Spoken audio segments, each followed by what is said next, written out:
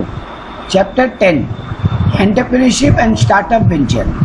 जो भी startup business होता है, पहला बात, स्टार्टअप बिजनेस बोलते किसको?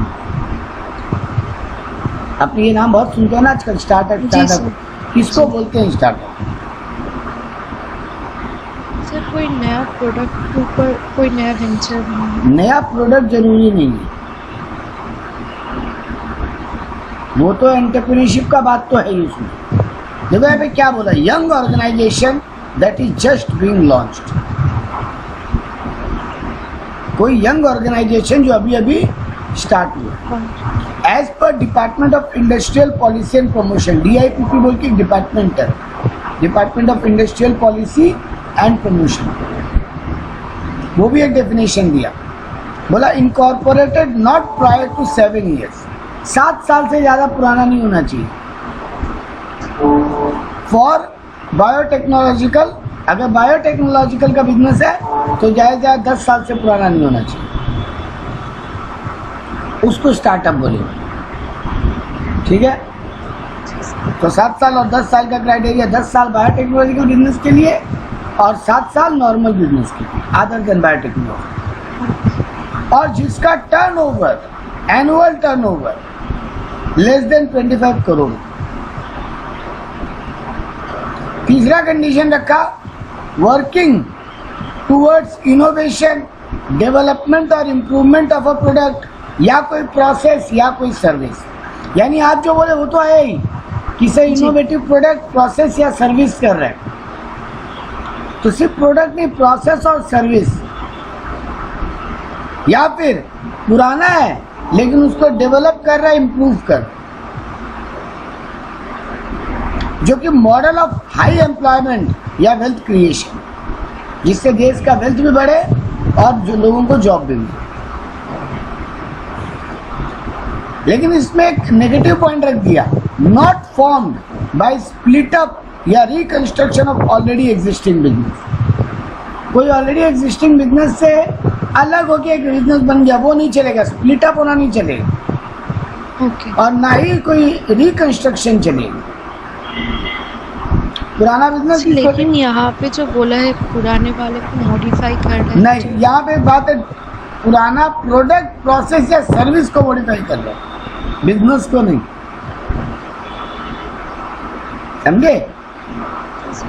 तो प्रोडक्ट पुराना है, जैसे मान लो एक एग्जांपल देते हैं, टूथब्रश एक पुराना प्रोडक्ट है, उसको मॉडिफाइड वे में कुछ बना के लेके। टीचिंग एक पुराना सर्विस है, उसको इनोवेटिव वे में, ऑनलाइन मोड में, जैसे जो बायजूस वगैरह का आदमी क्या दिखाता है कि वो लोग एकदम अलग टेक्नोलॉजिकल कंसेप्ट से पढ़ा रहे हैं। कोई प्रोसेस है पुराना काम करने का, पुराना काम करने का तरीका, उस तरीके को मॉडिफाई कर। जैसे मान लो आप मैन्युअली करते थे वो काम पहले, अब उसको कोई मशीन के थ्रू कर रहे हैं। ठीक है, तो ये सब चीजों को मॉडिफाई करने का बात कर रहे हैं, बिजनेस को नहीं।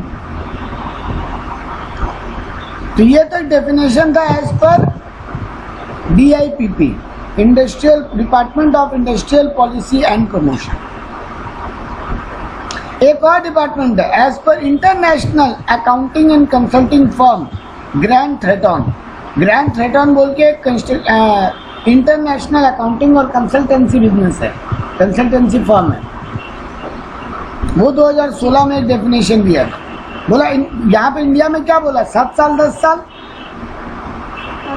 वो बोला 3 साल और लेस, दोनों के लिए। हाँ, वो ओवरऑल ही बोल दिया 3 साल से कम। ठीक है, एक मिनट, यहाँ पे पॉइंट गायब हो रहा है, एक सेकंड, नोट्स में देख के वो एक लाइन बोल रहा है, लाइन मिसिंग हो रहा है।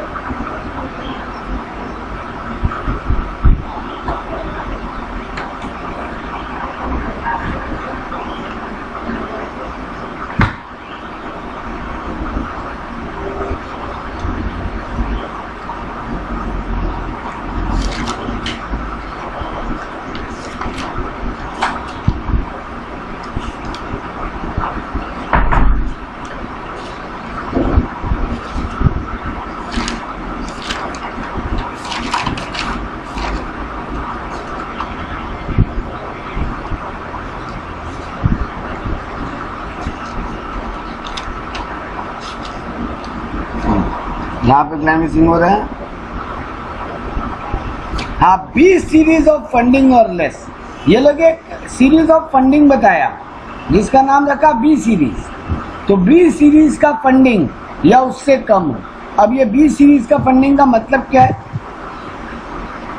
जिन लोगों का काम है टू स्केल अप और to face competition to gain market, जो लोग कम्पिटिटिव बिजनेस में काम कर रहे हैं, उससे कम कोई सीरीज ऑफ फंडिंग। ठीक है। और थर्ड पॉइंट बोला not existing for more than 5 years।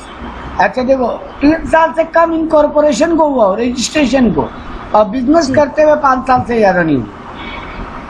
Revenue का क्राइटेरिया ये लोग भी सेम रखा, 25 करोड़। ठीक। और innovative development of new product, process और सर्विस सेम बात रखा।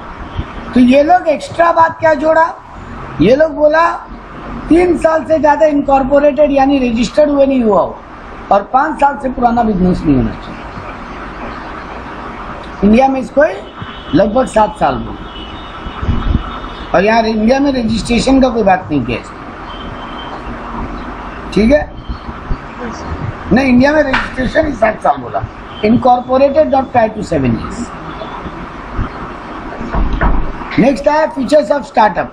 तो ये एक अर्ली स्टेज बिजनेस होता है, ग्रोथ फोकस्ड होता है, अनस्ट्रक्चर्ड होता है, थोड़ा प्रॉब्लम सॉल्विंग एबिलिटी, लोगों का जो प्रॉब्लम है उसी को सॉल्व करने के लिए बिजनेस बनाया गया, मतलब उसी को फोकस करके प्रोडक्ट लॉन्च किया गया। फिर मार्केट गैप, मार्केट में कोई गैप है, मतलब कोई चीज़ मार्केट में अवेलेबल नहीं है, उसको ये लोग बनाते हैं। डेडिकेशन बहुत प्रॉपर होता है। लीन एंड एडेप्टिव, मतलब बहुत आसानी से फ्लेक्सिबल बिजनेस होते हैं, थोड़ा बहुत उसको मॉडिफाई कर लेते हैं। High probability of failure, startup business में प्रोबेबिलिटी ऑफ फेलियर बहुत हाई है। लास्ट बोला इनिशियल प्रॉब्लम एंड चैलेंजेस, और स्टार्टिंग में बहुत प्रॉब्लम और बहुत चैलेंजेस फेस करना पड़ता। ये आपका इसका फीचर्स हुआ।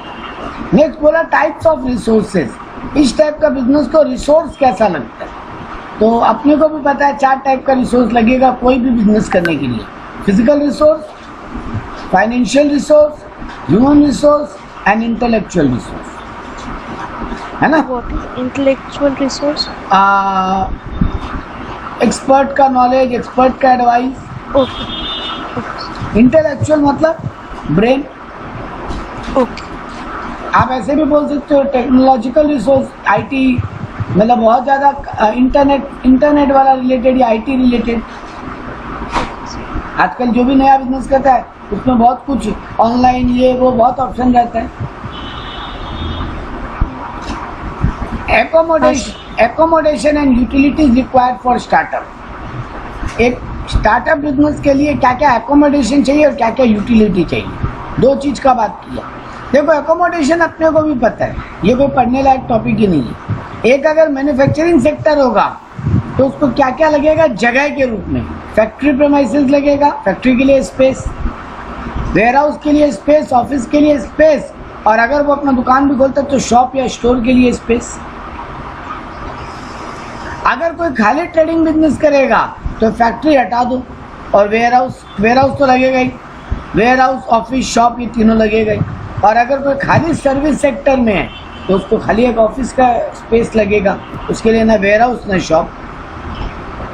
Yes. तो ये अपने को भी कॉमन सेंस से पता था कि किस टाइप का बिजनेस के लिए कितना जगह और क्या क्या चीज के लिए जगह चाहिए। अगला वाला अच्छा पॉइंट है, आपको यूटिलिटीज में क्या लगेगा? जनरल यूटिलिटी और स्पेसिफिक यूटिलिटी। जनरल यूटिलिटी में आपको electricity, water, telecommunication, fire fighting, postal service, banking, waste disposal management, parking etcetera, ये सब सबको बिजनेस में लगता ही है ना?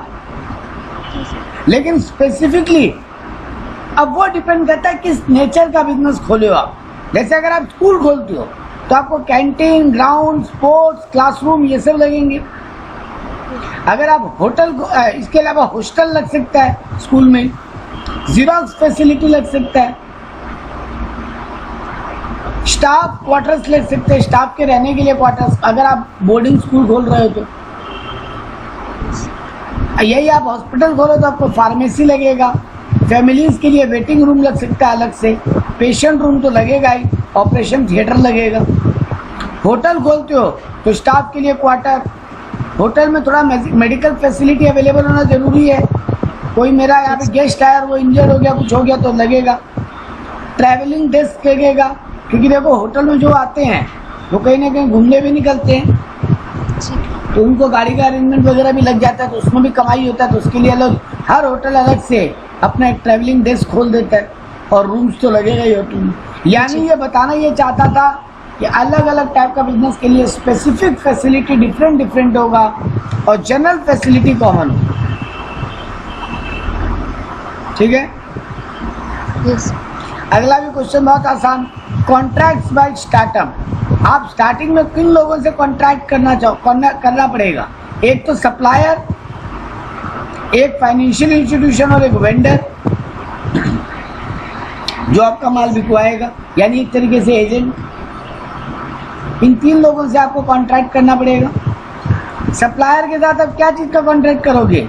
डिटेल्स ऑफ डिलीवरेबल्स, क्या क्या सामान हमको उससे लगेगा, टाइमिंग कब कब लगेगा, क्या प्राइस पे देगा वो, प्लेस ऑफ डिलीवरी कहाँ होगा, पेमेंट का तरीका क्या मानेंगे, अगर लेट पेमेंट किए तो पेनल्टी लगेगा क्या, डिस्काउंट वगैरह का बात, ये सब बातें आपको सप्लायर से करनी पड़ेगी कॉन्ट्रैक्ट में।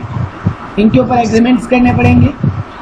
बैंक या फाइनेंशियल इंस्टीट्यूशन से आपको कॉस्ट ऑफ लोन कितना लगेगा, मतलब लोन जो लोगे बैंक से उसका इंटरेस्ट कितना लगेगा, पेमेंट शेड्यूल क्या होगा, क्वार्टरली रिपेमेंट करना है, ईयरली की हाफ ईयरली की monthly, penalties in case of default, अगर पेमेंट में लेट होता है तो इंटरेस्ट पेनल्टी कितना लगेगा, और अगर बैंक मेरे बिजनेस में इन्वेस्ट करता है या हमको इक्विटी शेयर वगैरह इशू करते हैं तो उसमें वो कितना इन्वेस्ट करने को रेडी है, तो इन्वेस्टमेंट प्रपोजल, या हम कहीं अपने बिजनेस का पैसा लगाना चाहते हैं तो बैंक हमको इन्वेस्टमेंट्स का प्रपोजल देता है, यहाँ इन्वेस्ट कर दीजिए, यहाँ इन्वेस्ट कर दीजिए। वेंडर जो मेरा एक तरीके से एजेंट, जो मेरा माल बिकवाएगा, तो ड्यूरेशन ऑफ एग्रीमेंट, कितना साल का हम उसको एजेंसी दे रहे हैं। एक्सक्लूसिविटी, कभी कभी ये भी होता है ना कि सिर्फ मेरा ही प्रोडक्ट बिकवाओगे तुम, अगर मेरा एजेंसी लोगे तुम, मेरा फ्रेंचाइज लोगे तुम, तो तुम सिर्फ मेरा ही प्रोडक्ट बिकवाओगे। जी सर। या वेंडर की तरफ से शर्त होता है इस एरिया में आप किसी और को वेंडर नहीं बनाओगे अगर हमको बना रहे हो क्योंकि उसका तो प्रॉब्लम हो जाएगा ना अगर एक ही एरिया में 2-3 वेंडर होगा तो फिर यहाँ पर ये सब टाइप के कॉन्ट्रैक्ट्स आपको करने पड़ते हैं एक स्टार्टअप के लिए। नेक्स्ट बढ़ते हैं, बोला problems of contracts. In contracts का प्रॉब्लम क्या होता है, ये कॉन्ट्रैक्ट इतने आसान क्यों नहीं होते बनाने? Lack of experience and knowledge. आप पहली बार स्टार्टअप कर रहे हो ना, आपको इतना नॉलेज एक्सपीरियंस नहीं होता किस वेंडर से क्या टाइप का एग्रीमेंट करना और क्या नहीं करना। लैक ऑफ लीगल एडवाइस, आप इतने भी पैसा नहीं लगा रहे हो कि आप लॉयर फॉयर अपॉइंट कर सको, चार्टेड अकाउंटेंट वगैरह बिगिनिंग में अपॉइंट कर सको, वो लोग आपको इतना एडवाइस नहीं मिलता आपको लॉफुली क्या सही है क्या गलत। अनक्लियर टर्म्स ऑफ कॉन्ट्रैक्ट्स, कई बार कॉन्ट्रैक्ट का टर्म अनक्लियर रह जाता है जो बाद में प्रॉब्लम देता है। मिसकम्युनिकेशन, सही ढंग से बातचीत नहीं हो पाता बिगिनिंग में। एंड नॉट स्टैंडर्ड फॉर्मेट, कोई स्ट्रक्चर्ड या स्टैंडर्ड फॉर्मेट नहीं है, आप अपने हिसाब से बातचीत करते हो, वो अपने हिसाब से बातचीत करते हो। अब ये कॉन्ट्रैक्ट सही ढंग से बिजनेस में चले इसके लिए क्या बातें जरूरी है? सस्टेनेबिलिटी ऑफ द कॉन्ट्रैक्ट, सबसे पहला बात ये कॉन्ट्रैक्ट रिटर्न होना चाहिए। दूसरा बात सिंपल हो जितना हो, आइडेंटिफाई ईच पार्टी, हर पार्टी उसको ठीक से समझ सके। प्रॉपर कम्युनिकेशन, उस पर अच्छे से मीटिंग करके बातचीत करके कॉन्ट्रैक्ट बनाओ। Clarity and understanding with parties, सामने वाले पार्टी के साथ पूरा समझ जाओ, अंडरस्टैंडिंग रखो। एक कॉन्फिडेंशियलिटी, अपने कॉन्ट्रैक्ट के बारे में किसी थर्ड पर्सन को मत बताओ। Termination term must be clear, contract अगर तोड़ेंगे, कोई सामने वाला तोड़ेगा या हम तोड़ेंगे, तो उसका क्या इम्पैक्ट होगा। डिस्प्यूट रिजोल्यूशन मैकेनिज्म, अगर आपके मेरे बीच में कोई डिस्प्यूट हो गया तो उसको सॉल्व कैसे करेंगे। इन सब बातों में क्लैरिटी होनी बहुत ज़रूरी है एक कॉन्ट्रैक्ट को सस्टेनेबल बनाने के लिए, टिकने वाला बनाने की। एक कॉन्ट्रैक्ट तभी टिकेगा, लंबा चलेगा। अच्छा, प्रॉब्लम्स एंड चैलेंजेस क्या है एक स्टार्टअप बिजनेस में? तो ऑर्गेनाइजेशन रिलेटेड चैलेंजेस क्या है? आपका बिजनेस मॉडल फेल ही तो हो सकता है। आप जो प्रोडक्ट लॉन्च करने गए वो चला ही नहीं। इसके प्रमोटर्स वीक होते हैं, जो पैसा लगा रहे हैं, जो बिजनेस स्टार्ट करवा रहे हैं, वो उतने स्ट्रांग नहीं होते। पुअर मैनेजमेंट, उतना नॉलेज नहीं होता तो मैनेजमेंट अच्छा नहीं होता, and lack of proper planning. तो ऑर्गेनाइजेशन वाइज ये सब प्रॉब्लम फेस होती है। Finance related problem, challenge in raising capital, कितना कैपिटल उठाएं और कहाँ से उठाएं, कब इंटरेस्ट पड़े, कब डिविडेंड लगे, ये सब प्लानिंग उतना अच्छे से नहीं हो पाता। मिस यूटिलाइजेशन ऑफ फंड, पैसा लिए थे एक पर्पस के लिए, खर्चा ज़्यादा या कम हो गया, या कोई और पर्पस पे खर्चा हो गया। Non availability of time, business में टाइमिंग सबसे इम्पोर्टेंट बात होता है। तो कब एग्जैक्टली पैसा उठाएं, ये टाइमिंग डिसाइड करना बहुत मुश्किल होता है। लैक ऑफ प्लानिंग हर जगह कॉमन प्रॉब्लम है। मार्केट रिलेटेड प्रॉब्लम क्या होता है? लैक ऑफ प्रोडक्ट अवेयरनेस, आपका प्रोडक्ट पब्लिक जानता ही तो नहीं होता, आप स्टार्टअप हो ना। अनऑर्गेनाइज्ड मार्केट है बहुत ज़्यादा। Fail to deal with competitor, आप कंपटीटर से लड़ ही नहीं पाए, वो आपका बिजनेस को ख़त्म करवा दिया। Fail to match customers expectation, customer का एक्सपेक्टेशन पूरा नहीं कर पाए। ब्रांडिंग इशू, आप अपने आप को ब्रांड नहीं बना पा रहे हो, धीरे धीरे आप लोकल ही रह गए।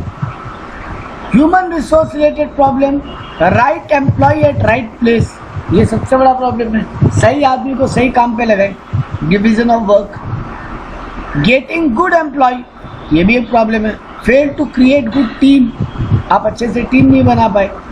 और last problem, social related problem, lack of cultural awareness, आपको कल्चर का उतना नॉलेज नहीं है।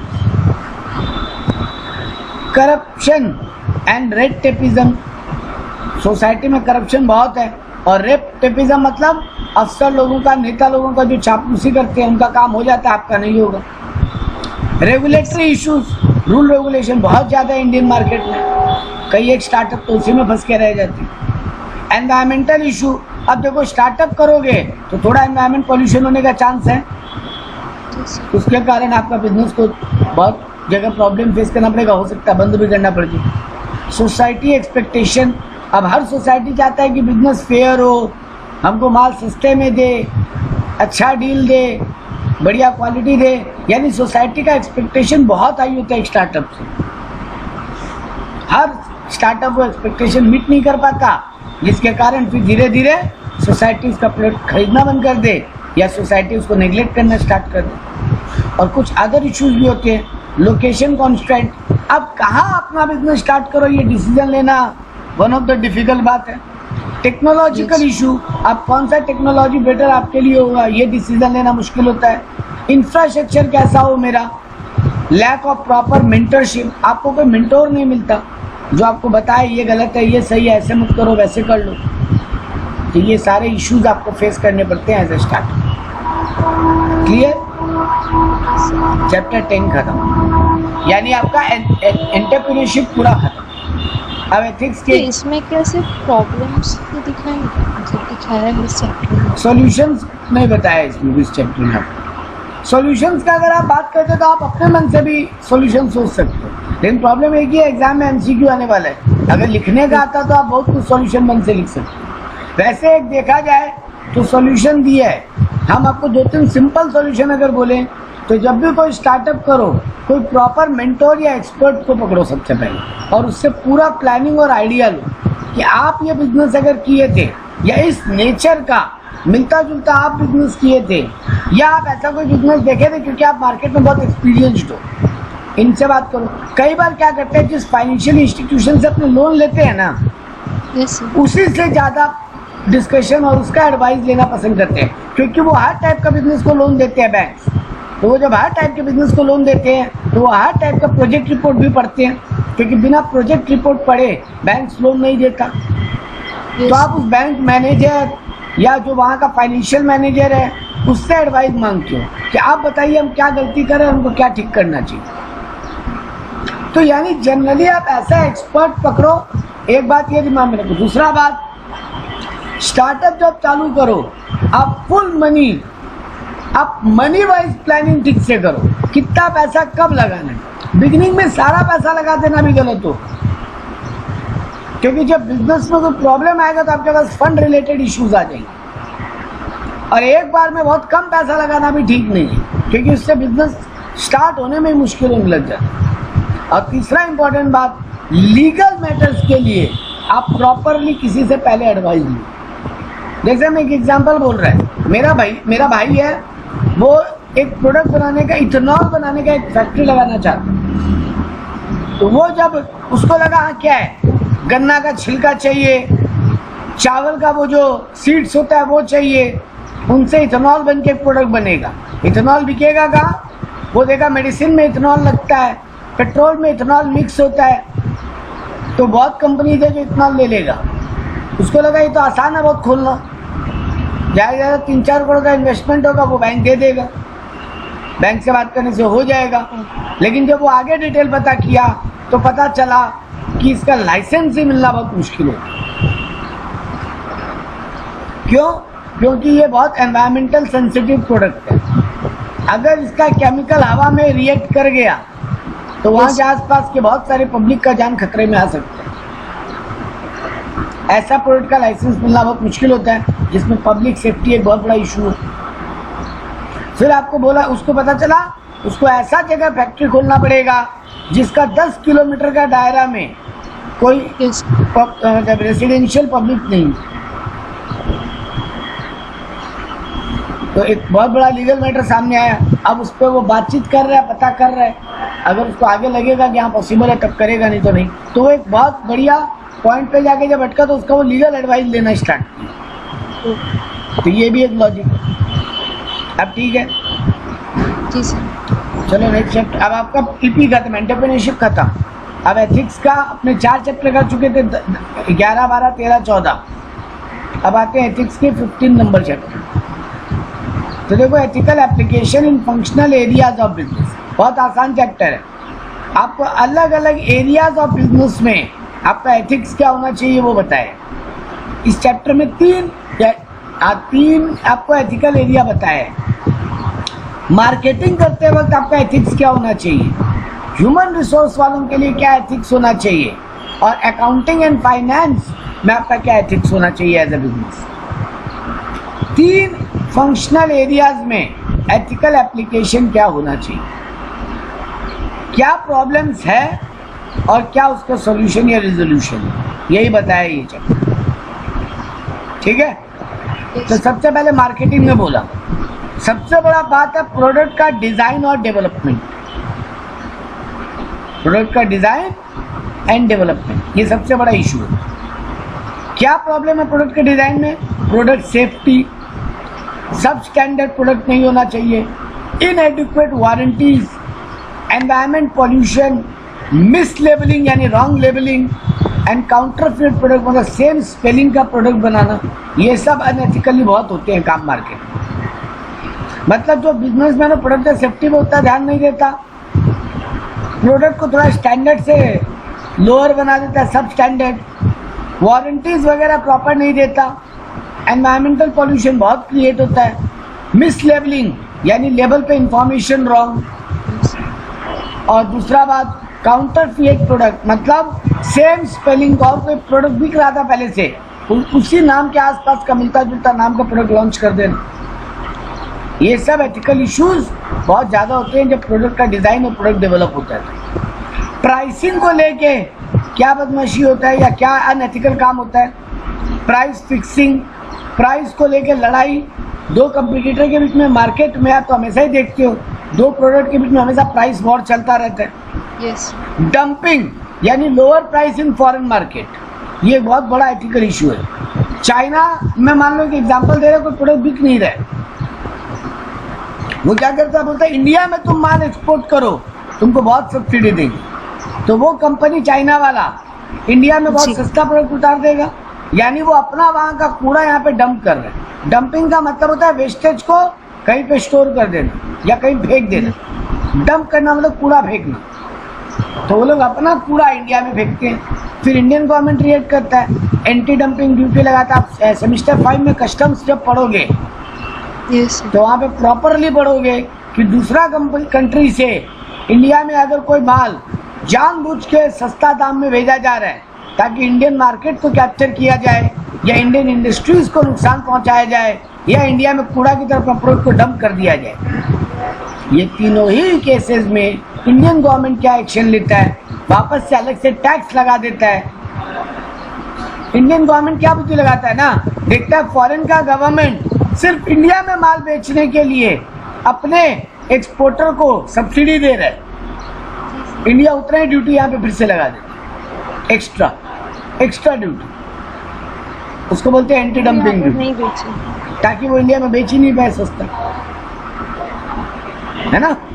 हाँ सर। 100 रुपए का प्रोडक्ट था, फॉरेन का गवर्नमेंट उसको 40 रुपए का छूट दे दिया वहां पे टैक्स में, उसका प्रोडक्ट 60 रुपए का हो गया। Yes sir. इंडिया में आएगा, उस इंडिया में वही प्रोडक्ट बनाने में 80 रुपया खर्चा होता है, तो इंडियन कंपनी तो 60 में 70 में बेच नहीं पाएगा, है ना। जी सर। हाँ। तो इंडियन गवर्नमेंट क्या किया, बोला कोई नहीं, हम वहाँ 40 रुपया का उसको सब्सिडी मिला है तो हम यहाँ 40 रुपया ड्यूटी लगा देते हैं दोबारा उसके ऊपर, extra duty. Normal custom duty तो लगेगा ही, हाँ। उसके अलावा एक्स्ट्रा ड्यूटी लगा दी। 100 से भी ज्यादा हो रहा है उसको। हाँ, ताकि वो इंडिया में सस्ता माल बेच ही ना पाए। ये जनरली करता है इंडियन गवर्नमेंट चाइना से जो प्लास्टिक का खिलौना आता है, क्योंकि वो बहुत ही खराब क्वालिटी का इंडिया में बेचता है चाइनीज वाले में। आप पता करना, लाइट्स भी तो होते हैं। आप लाइट्स तो होता ही है, उस पर भी लगा है, लेकिन चाइना का खिलौना एक्चुअली में देखो, लाइट ना आपको फिजिकली नुकसान नहीं पहुंचाएगा, लेकिन खिलौना बच्चा मुंह में भी ले लेते हैं, है ना। हाँ सर। आप छोटे छोटे प्लास्टिक टॉयज किसी भी बच्चे को दो, वो उसको अल्टीमेटली मुंह में लेना स्टार्ट कर दे, हाँ। तो वो तो उसके हेल्थ के लिए बहुत नुकसानदायक है ना, कि खराब क्वालिटी का प्लास्टिक से जो खिलौना बना उसको इंडिया में प्रॉब्लम हो रहा है। तो गवर्नमेंट क्या किया, उसके ऊपर एक्स्ट्रा ड्यूटी लगा दी। अब बेचो तुम इंडिया में सस्ता बेच नहीं पाओगे, कम बिकेगा। देखो डायरेक्ट बैन नहीं लगा सकते, प्रॉब्लम यही है, क्योंकि दो कंट्री का ट्रेड रिलेशनशिप होता है उसके ऊपर बहुत कुछ। तो हम बैन तो नहीं लगा सकते डायरेक्ट, क्योंकि हम लोग एक्चुअली में WTO को फॉलो करते हैं, वर्ल्ड ट्रेड ऑर्गेनाइजेशन। वो लोग डायरेक्ट बैन नहीं लगाने दिए, वो हम लोग बैन लगाएंगे तो फिर हमारे भी प्रोडक्ट्स पे कहीं कहीं बैन लगेगा। तो गवर्नमेंट ये सब कर लेते हैं, ड्यूटी वगैरह बढ़ा। ये पूरा पढ़ोगे आप कस्टम्स में, बहुत मजेदार पार्ट है वो। कितना टाइप का ड्यूटी लगता है इंडिया में, आप देखते रह जाओगे, आप लोग बाप रे बाप, एक प्रोडक्ट का कॉस्टिंग तो अलग ही दुनिया में पहुंच जाए। तो जो भी है, मतलब हाँ बोलो, बोलो बोलो बोलो। हाँ, मतलब एक्सपोर्टेड गुड्स में लगता है कि मतलब इंडियन गुड्स में? देखो जैसे इंडिया का कुछ फॉरेन में जाता है तो वहाँ का कंट्री को गलत लगे तो वो लगाएगा अपने हिसाब से। हम लोग तो बात करें कि फॉरेन से कुछ इंडिया में जो घुसता है, इंडिया जो इम्पोर्ट करता है। एक्सपोर्ट पे इंडियन गवर्नमेंट एक्स्ट्रा ड्यूटी नहीं लगाने जाएगा बेटा। इंडियन गवर्नमेंट तो चाहेगा हमारा प्रोडक्ट एक्सपोर्ट हो, हाँ। जैसे फॉरेन का गवर्नमेंट चाहेगा हमारा प्रोडक्ट एक्सपोर्ट हो, तो इंडियन गवर्नमेंट भी तो चाहेगा, तो वो ठीक है। एक्सपोर्ट पे नहीं पड़ता, तो ये सारी ड्यूटीज इम्पोर्ट पे पड़ती, ठीक है। जी सर। और एक्सपोर्ट, जिस प्रोडक्ट का इंडियन गवर्नमेंट चाहेगा कि एक्सपोर्ट नहीं हो, इंडिया में यूज हो ये प्रोडक्ट, इंडिया में बिक जाए ज्यादा, हाँ। तो उसका एक्सपोर्ट ड्यूटी हाई रख देगी या उस एक्सपोर्ट पे बैन लगा दे, क्योंकि इंडिया से क्या माल बाहर जाएगा ये तो इंडियन गवर्नमेंट डिसाइड कर ही सकता है, ठीक है। तो डंपिंग, ये भी एक बहुत बड़ा प्राइस को लेके एथिक्स, गलत एथिक्स फॉलो होता है दुनिया में। प्रीडेटरी प्राइसिंग, मतलब कंपटीटर को एलिमिनेट करने के लिए हम जानबूझ के बिगिनिंग में सस्ता प्रोडक्ट उतार रहे हैं। प्राइस डिस्क्रिमिनेशन, ये तो बहुत होता है। हम अंकिता को जानते हैं, हम अंकिता से कम फीस लिए, हम एक अननोन स्टूडेंट आया उसको नहीं जानते, उससे ज़्यादा फीस लिए। प्राइस डिस्क्रिमिनेशन तो बहुत होता है। प्राइस गोविंग, मतलब raise price in time of emergency, GOVGING, मतलब होता है इसका प्राइस को इमरजेंसी में बढ़ा देना। कोरोना में जो मेडिसिन बहुत इंपॉर्टेंट है उसी का प्राइस बढ़ा दे अगर कोई, तो अनएथिकल है ना ये, तो है ना। हाँ सर। तो ये सब मार्केट में बहुत ज्यादा अनएथिकल काम होते हैं। बेट एंड स्विच प्राइसिंग, मतलब lower the price for attraction and then selling at high price. पहले कस्टमर को अट्रैक्ट किए, दुकान में बोर्ड लगा दिए, 200 का माल 40 रुपये में, 200 का माल 40 रुपये में, रास्ते में एडवर्टीजमेंट बोर्ड लगा दिए। कस्टमर जैसे ही दुकान में घुसा, उसको वो बोला वो 40 वाला माल का है, 200 वाला माल, बोला अरे वो तो खत्म हो गया, ये 70 वाला है, ये ले जाइए। किए ना कस्टमर के साथ बदमाशी। हमको ये चीज मेरी वाइफ बहुत बार दिखाई है एग्जाम्पल में। आप है ना, ये कौन सा एक ग्रोफर में कौन सा एक साइट है, वो हमको बहुत बार दिखाई है। वो हमको ग्रोफर तो है, लेकिन वो कौन सा साइट का दिखाई, हमको नाम याद नहीं आ रहा अभी। वो दिखाई कि फेसबुक में उसका ऐड दिखाता है, तब प्राइस अलग दिखाता है, लेकिन क्लिक करके जब वेबसाइट के अंदर जाओ तो वहाँ प्राइस दूसरा दिखा देता है। सर वो तो अमेज़न फ्लिपकार्ट में भी होता है। हाँ, हमको आइडिया नहीं लगा, वो देखी तो वो बताइए। हाँ तो ये हमको दिखा। हाँ, यही हुआ। इसको क्या बोलते हैं? इसको बोलते हैं बेट एंड स्विच प्राइसिंग। ये बदमाशी बहुत होता है मार्केट में। आपको हम रास्ता में बोर्ड लगा दिया कि 40% ऑफ, 40% ऑफ, या 200 वाला सामान पे 150 रुपये छूट, 50 रुपये में लेके जाओ। आप दुकान में घुसे तब हम आपको बोल रहे हैं वो वाला स्टॉक तो खत्म हो गया। अब आपको कैसे पता चलेगा खत्म हुआ कि नहीं? हाँ, अभी 200 वाला माल 100 में मिल रहा है, वो ले लो। आपको लगा चलो अभी भी 100 रुपये का डिस्काउंट मिल रहा है, हाँ, ले लेते हैं। तो हम कस्टमर को बेवकूफ़ बना के दुकान में अट्रैक्ट किया और फिर महंगा दाम में सामान बेच दिया थोड़ा सा। ये अनएथिकल है, ये भी बहुत होता है। तो प्रोडक्ट को लेके और प्राइस को लेके बहुत कुछ अनएथिकल होता है मार्केट में। प्रमोशनल स्ट्रैटेजीज में बहुत सारा अनएथिकल काम होता है। डिसेप्टिव एडवर्टीजमेंट, मतलब बेवकूफ़ बनाने वाला ऐड करना। जो गिमिक्स होते हैं। हाँ, गिमिक्स, मतलब ऐसा कुछ दिखाना ऐड में जो पॉसिबल ही नहीं है दुनिया में। मेरे को सबसे भयानक एक ऐड का हंसी आता था। एक टूथपेस्ट का ऐड था, बोलता था व्हाइटर देन व्हाइट। बाबा व्हाइट से और व्हाइटर, मतलब सफेद से भी और ज्यादा सफेद क्या होता है? तो बेवकूफ बनाने वाला लाइन है और कुछ नहीं। कपड़ा धोने का जितना भी प्रोडक्ट आता है, सर्फ हो या डिटर्जेंट हो या आपका वो केक हो, उसमें सबसे बड़ा बेवकूफपंती क्या दिखाता है? उससे कपड़ा धोता है, दिखाता है इतना व्हाइट हो गया, इतना चमक जाता है, जबकि एक्चुअली में कभी उतना नहीं चमकता कपड़ा। तो ये तो बेवकूफी बना रहे। डियोज वाले ऐड भी।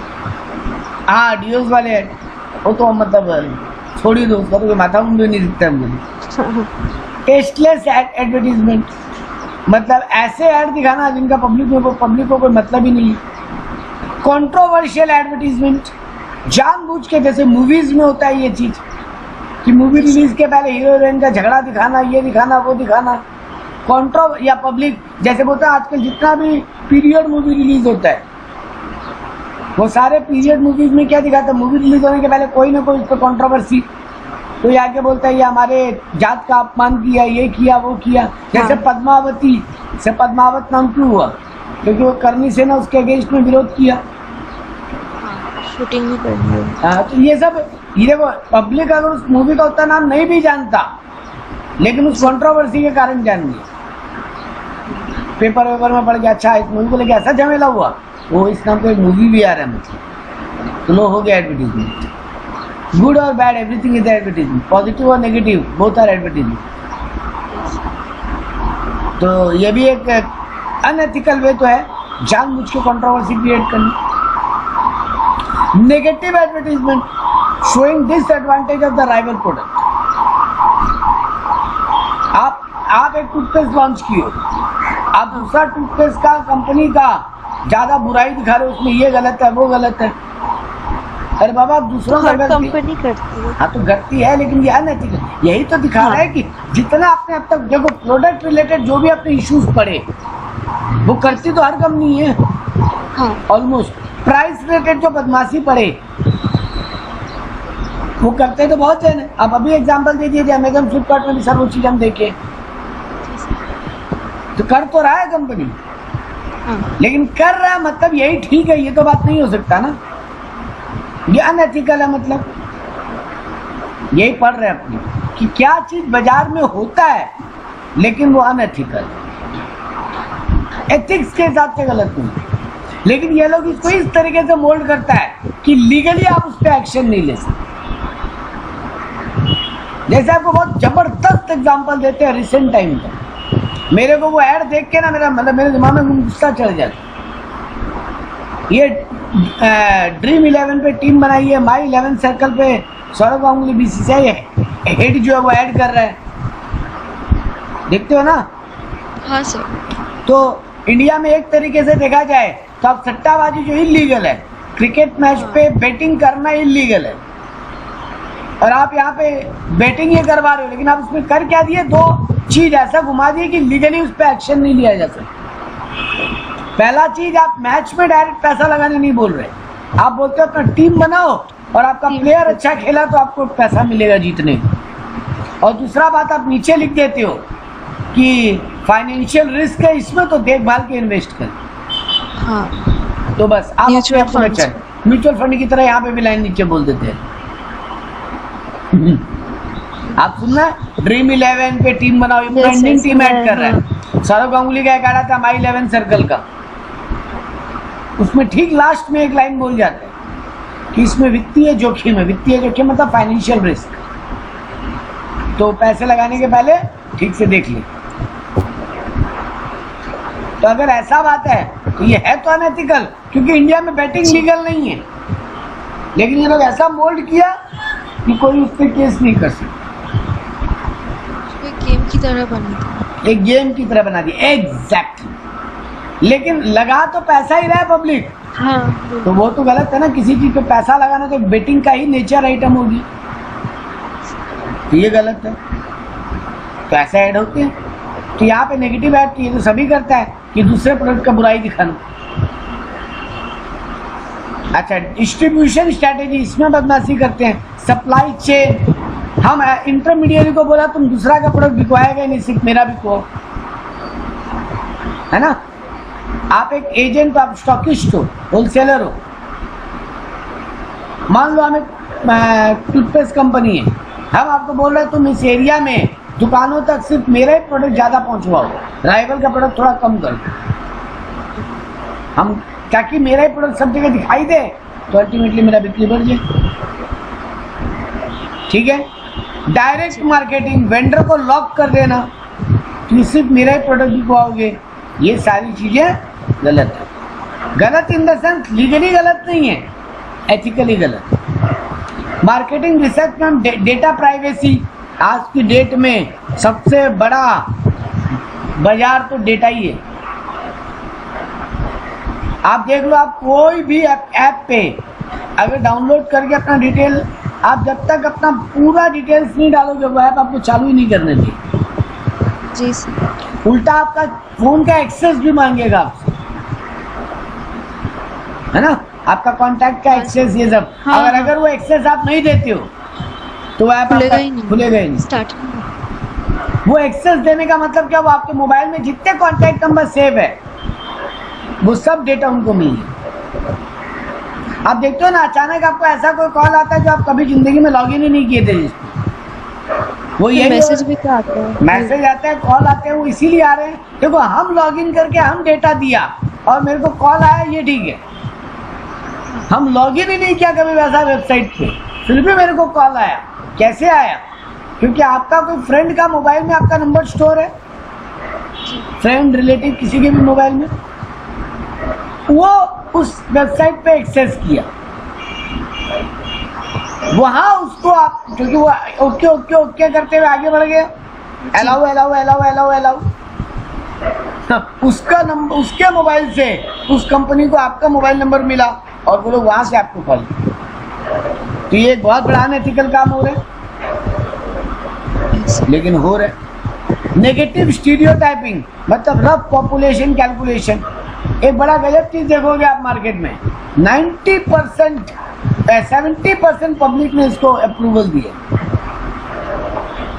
ये सुनते हो? आप क्रिकेट मैच देखते हो, नीचे लिखा हुआ आता है ना कौन सा टीम जीतेगा, तो कौन कितना परसेंटेज पब्लिक बोल रहा है। आज किसके फेवर में? 49% पब्लिक बोल रहा है CSK जीतेगा, 51% पब्लिक बोल रहा है मुंबई इंडियन जीतेगा। कैसे? बेटा अगर 2 ही लोग वोट करें और दोनों के दोनों में से एक सीएसके मुंबई को वेट करे, हम क्या बोलेंगे? 50% बोल रहे हैं मुंबई जीतेगा। अब बेटा आपको देख के लगा बाप रे बाप 50% पब्लिक। अरे बाबा परसेंटेज तो सबसे बड़ा खेल है। कितनों में से 50? इंडिया का पॉपुलेशन 135 करोड़ है।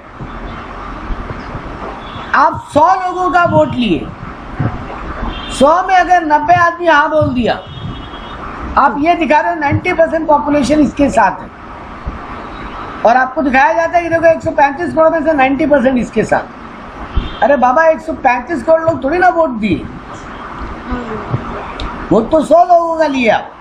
ये इलेक्शन का देखते हो जब वो आता है, क्या बोलते हैं उसको, पोल।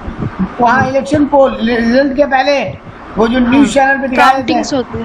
हाँ, ये इतना % आज ये जीतेगा, ये हारेगा, इतना % वोट इसको मिलेगा। बाबा पूछ के आए 20,000 लोगों से, उस एरिया का पॉपुलेशन था 2 करोड़। 2 करोड़ लोगों में से 20,000 लोग जो हाँ या ना बोले, आप उस रफ कैलकुलेशन को पूरा पब्लिक का इमेजिनेशन माने। 20,000 में से अगर 8,000 लोग या 12,000 लोग किसी एक पार्टी के फेवर में बोल गए, आप बोल रहे हो उस एरिया का हिसाब से आप परसेंटेज बता दिए कि 60% पब्लिक सपोर्ट में। अरे बाबा 20,000 में 60% सपोर्ट में, 2 करोड़ में नहीं। ये बहुत बड़ा गिमिक है। तो इन सब का ये सब प्रॉब्लम फेस होता है। अब मार्केटिंग में फिर रेजोल्यूशन क्या है, इसका सॉल्यूशन क्या है? एडवर्टीजमेंट रेगुलेशंस बने। देखो advertising standard council of India बोल के एक डिपार्टमेंट बना, ASCI, advertising standard council of India, जिसका काम है इन डिसेप्टिव्स पे नजर रखना। देखो उसके बाद क्या हुआ ना, आपको पता नहीं है अंकिता, आप जब आप तब शायद पैदा भी नहीं होगे, जी सर। डायरेक्टली राइवल कंपनी का नाम लेके वो लोग नेगेटिव बताते। तो इसके ऊपर ये जैसे नाम नहीं दिखाते, जस्ट प्रोडक्ट दिखाता ना, साधारण प्रोडक्ट और हमारा प्रोडक्ट। हाँ, तो साधारण मतलब बाकी सबको साधारण बता दें, नाम लेके नहीं बोल सकता। क्यों? क्योंकि ये सब रेगुलेशन काउंसिल लोग एक्शन ले लेंगे। मैडम कंज्यूमर प्रोटेक्शन एक्ट बना 1986 में, वो भी इनके खिलाफ एक्शन लेता time to time. Several consumer forum बने, एसोसिएशंस बन गए। सोशल रिस्पॉन्सिबल मार्केटिंग यानी मार्केटिंग फिलोसॉफीज आ गया, कुछ एथिकल नॉर्म्स भी बन गए, जिसके कारण इन सब चीज़ों को रोका जा सकता है। कुछ हद तक रोका जा रहा है, ताकि हो तो सभी कुछ रहे। तो ये मार्केटिंग का प्रॉब्लम और उसका सॉल्यूशन था। अब आए ह्यूमन रिसोर्स मैनेजमेंट का इश्यूज और उसका सॉल्यूशन। बोला रेम्यूनरेशन और इंसेंटिव प्लान, सैलरी का जो बेस है वही तो गलत है। किसी को बहुत ज़्यादा सैलरी मिल रहा है, किसी को बहुत कम। वही गवर्नमेंट स्कूल में टीचर पढ़ा रहा है, वो 45,000 रुपया महीना कमा रहे हैं, और वही प्राइवेट स्कूल में टीचर पढ़ा रहा है 15,000 रुपया 20,000 रुपया महीना कमा रहे हैं। एनुअल इंसेंटिव्स मतलब जो बोनस, ये सब चीज़ों में बहुत ज़्यादा अनएथिकल काम होता है। लॉन्ग टर्म इंसेंटिव्स इंडिया में है ही नहीं या बहुत कम है। एग्जीक्यूटिव परक्यूजिट मतलब इन काइंड कुछ मिलना, वो हमारे यहाँ बहुत कम है। इंसेंटिव्स मतलब आपको प्रोविडेंट फंड वगैरह में पैसा जमा होना, रिटायरमेंट के टाइम पे। हाँ, उसका बेनिफिट्स वाला बात। परफॉर्मेंस अप्रेजल मतलब परफॉर्मेंस को देख के सैलरी बढ़ाना, वो सब तो इंडिया में होता ही नहीं है ठीक से, उसमें तो सब मैनिपुलेशन खेलते हैं। हाँ, फेवरिज्म होता है। रेस, जेंडर, एज, ये सब भाई बहुत डिस्क्रिमिनेशन होता है। जॉब डिस्क्रिमिनेशन, हम अंकिता को जानते हैं, जॉब दिए जबकि अंकिता लेस क्वालिफाइड थी। नेपोटिज्म आज के डेट का हॉट टॉपिक। प्राइवेसी इश्यूज, आप अपने एम्प्लॉय का डेटा प्राइवेट नहीं रखते, दूसरों के साथ शेयर कर देते। ये सब ह्यूमन रिसोर्स में बहुत प्रॉब्लम है। हाँ, आईटी इंफ्रास्ट्रक्चर, ये अगला एक टॉपिक बहुत इंपॉर्टेंट बोलने जा रहे हैं, विसल ब्लोइंग। ये विसल ब्लोइंग क्या होता है, ये वर्ड सुनियो? नहीं सर। कॉर्पोरेट मैनेजमेंट में ये वन ऑफ द मतलब इम्पोर्टेंट बात है विशल ब्लोइंग। विशल ब्लोइंग नाम से पहले समझना, विशल मतलब सिटी, ब्लोइंग मतलब बजाना, सिटी बजाना। बेटा आपने सिटी क्यों बजाते हैं? किसी को मतलब बोलो बोलो। अपने सोसाइटी के साथ तो मत चले जाना, वो तो फिर लड़कियों को छेड़ने वाला बात हो गया, वो नहीं कर रहा है, हम वो सब नहीं सर पढ़ा रहे। मतलब किसी को अलर्ट करने के लिए आप देखते हो पुलिस वाला लोग सिटी में जाते हैं ताकि अलर्ट हो जाए उधर से गाड़ी आ रहा है, वार्न करना। वार्निंग। तो मैनेजमेंट में बड़ी बड़ी कॉर्पोरेट हाउसेस में आपका जो लेबर है, आपका जो मैनेजमेंट टीम है ना, जी उनमें आप किसी एक को छुपा के ये काम देते हो कि कुछ भी गड़बड़ या गलत हो रहा हो हाँ हमको खबर कर देना, तुम्हारा नाम कहीं नहीं आएगा, क्योंकि हर कोई को डर लगता है आप कंप्लेन करेंगे हम फंस जाएंगे। सारा मान लो हम अंकिता, हम और अंकिता एक ही टीम में काम कर रहे हैं, जी अंकिता कुछ अनएथिकल कर रही है, हमको मैनेजमेंट को जाके बताने में हमेशा एक डर रहेगा ना, कल को अंकिता को पता चल गया तो मेरा क्या होगा। अब मान लो अब आप बोलोगे सर आप अंकिता आपका क्या बिगाड़ लेगी? बेटा अंकिता अगर मेरी सीनियर पोस्ट पे है तो डर लगता है ना सीनियर के अगेंस्ट भी कंप्लेन करने में। हाँ जी तो कई बार क्या होता है बड़ी बड़ी ऑर्गेनाइजेशन, अच्छा ये भी डर लगता है कि कल को हम बताए और वो बात सच में सच नहीं निकला तो मेरे अगेंस्ट एक्शन हो जाएगा फिर। जी तो बाबा हम नहीं बताएंगे, बाहर में जाओ, हमको क्या लेना, हम अपना काम, सब यही सोचता है ना, हम क्यों हाँ। कंप्लेन करने जाए। विसल ब्लोइंग यही है, एक आप ऐसा छुपा हुआ अपना एम्प्लॉय कहीं रख देते हो, मार्केट में समझ लो छुपा हुआ कोई दुकानदार आपका जो आप बता देगा कि आसपास क्या फ्रॉड हो रहा है। विसल ब्लोइंग मतलब यही है गवर्नमेंट को या अपनी ऑर्गेनाइजेशन के मैनेजमेंट को अलर्ट करना कि देखिए ये गलत हो रहा है, आप इस पर खोजबीन करके एक्शन ले लीजिए। ये जो अचानक कहीं भी इनकम टैक्स डिपार्टमेंट का रेड होता है, पढ़ते हो ना, वहाँ रेड हो गया इतना करोड़ सर। मिला, उनको क्या सपना है कि वहाँ इतना करोड़ है, या कोई सैटेलाइट में कैमरा लगा रखे यहाँ से देख लीजिए, कोई ना कोई उनको खबर पहुंचाता है ना। Internal sources. एग्जैक्टली यही विसल ब्लोइंग। तो विसल ब्लोइंग का सेफ्टी और ये सब इंडिया में तुरंत लीक हो जाता है ना, क्योंकि वो जो जिस डिपार्टमेंट में हम कंप्लेन किया वहीं का कोई आदमी मैनेजमेंट को बता देगा आपका ये वाला एम्प्लॉय आपके अगेंस्ट में कंप्लेन किया था, अब उसका जान को खतरा हो गया। तो ये सब चीज़ें बड़ी प्रॉब्लम है। इनका रिजोल्यूशन क्या निकला? Proactive role of top management. Top management का रोल हमेशा प्रोएक्टिव होना चाहिए, मतलब पहले से अपना बोलोगे स्ट्रांग रखिए हर चीज़ को। Implementation of code of conduct and ethics, तो जो भी कोड ऑफ कंडक्ट हमारे यहाँ बने हुए, जो भी एथिकल नॉर्म बने हुए ठीक से इम्प्लीमेंट हो, ये टॉप मैनेजमेंट का काम है देखना। डेवलपिंग एथिक्स कमिटी एंड हॉटलाइंस, आप ऐसा एक टीम बना दो, ऐसा एक कमिटी बना दो जिनका काम ही होगा एथिकल नॉर्म्स को देखना ठीक से फॉलो हो रहा है कि नहीं। एनकरेजिंग विसल ब्लोइंग, आप विसल ब्लोइंग को एनकरेज करो ताकि आपका लेबर भी आपको बताने में डरे नहीं कि देखिए सर ये गलत हो रहा है हमारी company. Ethics training and programmes, आप एथिक्स का ट्रेनिंग दो अपने एम्प्लॉय को, ऐसे प्रोग्राम बनाओ जिसमें एथिकल ट्रेनिंग मिले। और आखिरी प्रॉब्लम, अकाउंटिंग या फाइनेंस में क्या इश्यूज और उनका क्या रिजोल्यूशन या सॉल्यूशन है। सबसे बड़ा इशू है अर्निंग मैनेजमेंट। आप देखो जितना भी फाइनेंस सेक्टर उन पे सबसे बड़ा इल्जाम है ना कि वो लोग मैनिपुलेट करते हैं फिगर्स को, जी खर्चा ज़्यादा दिखाना या कमाई कम दिखाना ताकि टैक्स कम देना पड़े, या कभी कभी जानबूझ के कमाई ज़्यादा दिखाना। सर कमाई कौन ज़्यादा दिखाता है ताकि इन्वेस्टर को लगे ये कंपनी बहुत कमाता है, यहाँ इन्वेस्ट कर दो, है ना। लेकिन उसका डिसएडवांटेज भी देखो टैक्स देना पड़ेगा वो बात है, लंबा चौड़ा पैसा तो हाथ में आया। तो ये दोनों ही मैनिपुलेशन है बेटा, जी खर्चा ज्यादा दिखाना कमाई कम दिखाना, या कमाई ज्यादा दिखाना खर्चा कम दिखाना, ये सब में रॉन्ग फिगरिंग तो है ना। जी अब करोगे तो आप अपना बेनिफिट देख, अगर आपको बेनिफिट नजर आ रहा है कि खर्चा कम दिखाएं कमाई ज्यादा दिखाएं तो मेरा फायदा है, या कमाई ज्यादा दिखाएंगे भले टैक्स देना पड़े लेकिन इसमें से लंबा चौड़ा फाइनेंस आने का स्कोप है, तो ये भी तो एक टाइप का एथिकली फ्रॉड ही है। जी sir. Window dressing, wrong presentation of books, balance sheet में हर चीज अच्छा दिखाना, अंदर कितना गड़बड़ एंट्रीज, क्योंकि पढ़ता तो लोग पीएल बैलेंस शीट ही है ना, तो बैलेंस शीट पीएल में सब कुछ अच्छा दिखाना ताकि सबको लगे कंपनी बहुत अच्छा। विंडो ड्रेसिंग का मतलब यही होता है कि आप सामने बहुत अच्छा सामान सजा रखी हो, अंदर में सब कचरा है।